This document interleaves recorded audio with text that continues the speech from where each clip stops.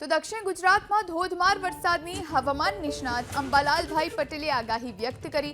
અંબાલાલભાઈ પટેલના મતે બંગાળની સિસ્ટમ સક્રિય થતા ચોમાસાના વિદાયના ભારે વરસાદ વરસવાનો છે।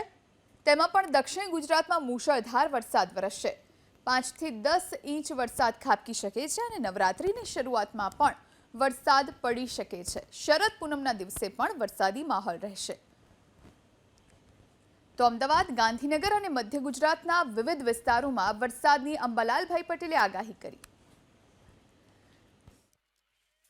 અરબી સમુદ્રનો ભેજ અને બંગાળ ઉપસાગરનો ભેજ છેક મુંબઈથી લઈને સુરત સુધી આ સિસ્ટમ સક્રિય છે, એટલે આ વરસાદ હજુ તારીખ 26, 27, 28માં ક્રમશઃ વધી શકે છે।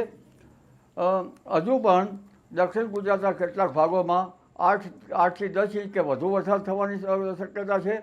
કેટલાક ભાગોમાં પૂર આવી શકવાની શક્યતા છે, એટલે જનધને કાળજી રાખવાની જરૂર છે।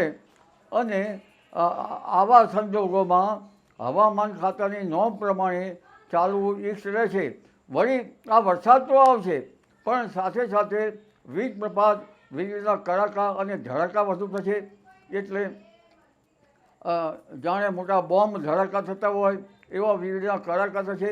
મધ્ય ગુજરાતના ભાગોમાં ભારે વરસાદ થવાની શક્યતા રહેશે, જેમાં વડોદરાના ભાગો, આણંદના ભાગો, કપડવંજના ભાગો, આ ભાગોમાં ભારે વરસાદ થવાની શક્યતા રહેશે।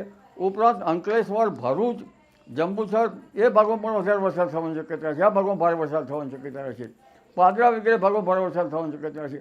પરંતુ રોનકભાઈ, અમદાવાદ, ગાંધીનગરમાં પણ લગભગ 2 દિવસમાં ભારેથી ક્વચિત અતિ ભારે પણ વરસાદ થઈ શકે।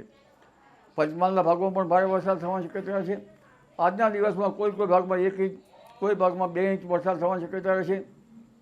પરંતુ ધીરે ધીરે વડોદરાના ભાગોમાં પણ 5 ઇંચ કે તેથી વધુ કુલ વરસાદ થવાની શક્યતા રહેશે। કચ્છના ભાગોમાં પણ વરસાદ થવાની શક્યતા રહેશે। રાજકોટના ભાગોમાં પણ વરસાદ થવાની શક્યતા રહેશે। અને સૌરાષ્ટ્રના જૂનાગઢના ભાગોમાં વરસાદ થવાની શક્યતા રહેશે। આ વરસાદ અન્ય ભાગોમાં પણ વધતો ઓછો વરસાદ થઈ શકવાની, સૌરાષ્ટ્રના ભાગોમાં વરસાદ થવાની શક્યતા રહેશે।